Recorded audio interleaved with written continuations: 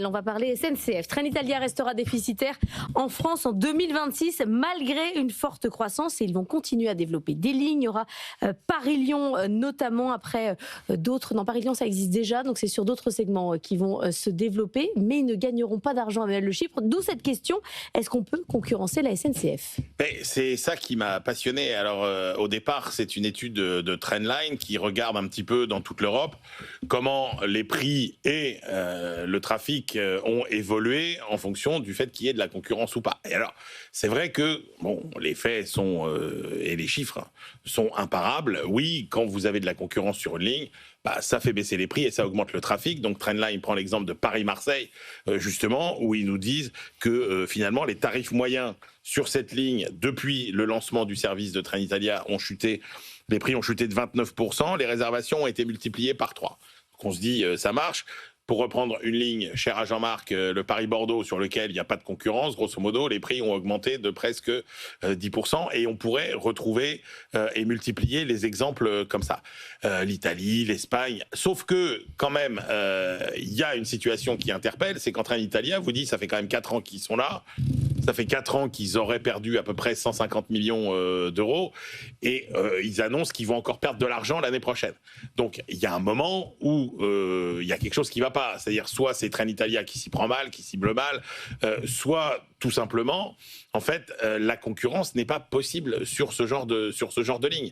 Et si on pousse la réflexion, moi, ça m'interpelle quand même sur tout ce qui est industrie de réseau. Est-ce que vous avez des exemples merveilleux où sur toutes les grandes industries de réseau, il n'y a pas un moment où finalement ça se retourne au final contre la concurrence elle-même et contre le consommateur? Regardez ce qui se passe aussi sur les télécoms, c'est assez passionnant. Vous voyez bien qu'avec tous les investissements qu'il a fallu faire ces dernières années, les prix sont aujourd'hui très bas et qu'il y a un équilibre qui n'est pas là. Donc voilà, moi, ce qui m'interroge, c'est est-ce que la concurrence, ça marche tout le temps? Est-ce que la concurrence, c'est pas particulier aux industries de réseau? Sur le chemin de fer, quel est le meilleur modèle entre l'accès, Attendez, la privatisation arrive, Jean-Marc Trépide. Voilà, Jean-Marc. Oui, d'abord, premier constat, Emmanuel vient de le dire, la concurrence, ça marche. Ça fait baisser les prix. Ça fait baisser les prix. Le grand bénéficiaire de la concurrence, c'est l'usager. Je rappelle cette formule, puisqu'on vient de remettre le prix Nobel. Georges Stigler, quand il a reçu son prix Nobel en 1982, a dit juste une phrase: le seul véritable allié du consommateur, ce n'est jamais le bureaucrate, c'est toujours la concurrence. Et donc le bureaucrate doit être exclu de tout ce genre de décisions et de procédures de décision. Alors après, effectivement, dans les chemins de fer, la contribution de l'usager est associée à celle du contribuable et à celle du contribuable de demain au travers de la dette. La question qui se pose, c'est quand on fait baisser la contribution de l'usager grâce à la concurrence, qui va payer? Donc première question, c'est effectivement: pourquoi est-ce que c'est l'usager et pas aussi le contribuable? C'est-à-dire, on peut se poser la question de savoir pourquoi, à un moment donné, quand on met en concurrence, on continue à garder des opérateurs qui sont subventionnés. Pourquoi est-ce qu'on ne va pas vers davantage, effectivement, de retrait de l'État? Et pourquoi est-ce que on garde encore des opérateurs publics? Donc, pour répondre à votre attente, effectivement, je pense qu'une des conditions... Mais Jean-Marc, vous n'aurez pas le beurre et l'argent du beurre, parce que déjà, ce qu'on voit, c'est que l'argent que la SNCF perd sur les lignes en concurrence, ça se répercute en fait par des augmentations sur les autres lignes. Donc votre consommateur de Paris-Lyon, il est très content, mais tous les autres clients qui vont sur d'autres lignes où il n'y a pas de concurrence... Parce que Jean-Marc a dit qu'il faut privatiser avant même d'ouvrir à la concurrence. Oui, voilà. La véritable condition pour que ce soit... Il n'y a pas de vraie concurrence s'il y a un acteur qui est subventionné. S'il y a encore un opérateur public qui est un opérateur qui a les moyens effectivement de jouer sur les prix en rebondissant sur d'autres réseaux et sur d'autres activités. Le deuxième élément, c'est qu'effectivement, lorsque l'usager et le contribuable sont les bénéficiaires, celui qui va payer, c'est l'actionnaire de l'opérateur. C'est-à-dire qu'effectivement, les profits vont baisser, il va même faire des pertes. Donc, il y a deux éléments à mettre en avant. C'est à lui de voir jusqu'où il peut accepter des pertes. C'est-à-dire, il accepte des pertes dans la perspective d'avoir un accroissement des débouchés et dans donc dans l'accroissement futur. Donc, c'est une forme d'investissement. Ces pertes, c'est une forme d'investissement. Et à lui, si c'est une entreprise privée, d'en mesurer les conséquences. Parce que s'il se trompe, eh bien, il disparaît. Et tant pis pour lui, il y en a un autre qui apparaît.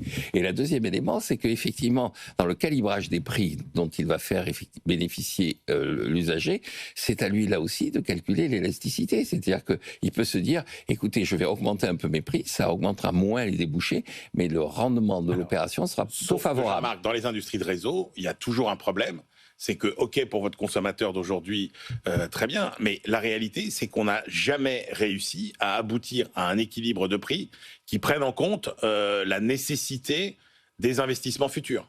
Et ça, si vous prenez... Ou alors c'est hors de prix, quoi. Si vous prenez l'énergie, par exemple, vous aboutissez toujours, si vous mettez de la concurrence, à une tarification au coût marginal, mais qui ne prend pas en compte le coût des investissements futurs qu'il faudra faire. D'ailleurs, EDF dit le coût pour le réseau, c'est 60 kilos du mégawattheure, et aujourd'hui on est sous les 50 sur le prix de marché.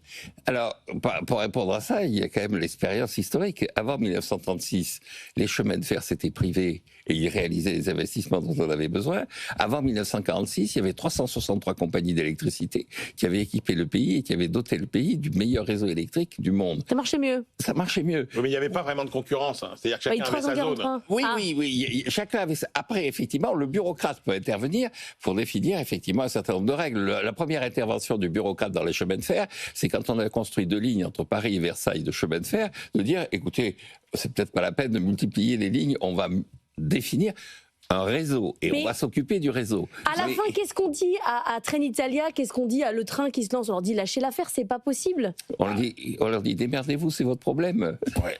Mais vous leur dites de continuer à vouloir venir sur le marché français. C'est ça le sujet. Non, mais c'est là où moi j'ai une différence de fond avec Jean-Marc, c'est que Jean-Marc, par théorie, par principe, considère que la concurrence c'est toujours bon. Moi je pense qu'en fait c'est une question d'architecture, de design, comment on s'y prend à chaque fois dans quel cas particulier. Là moi je pense que la SNCF n'est pas concurrençable.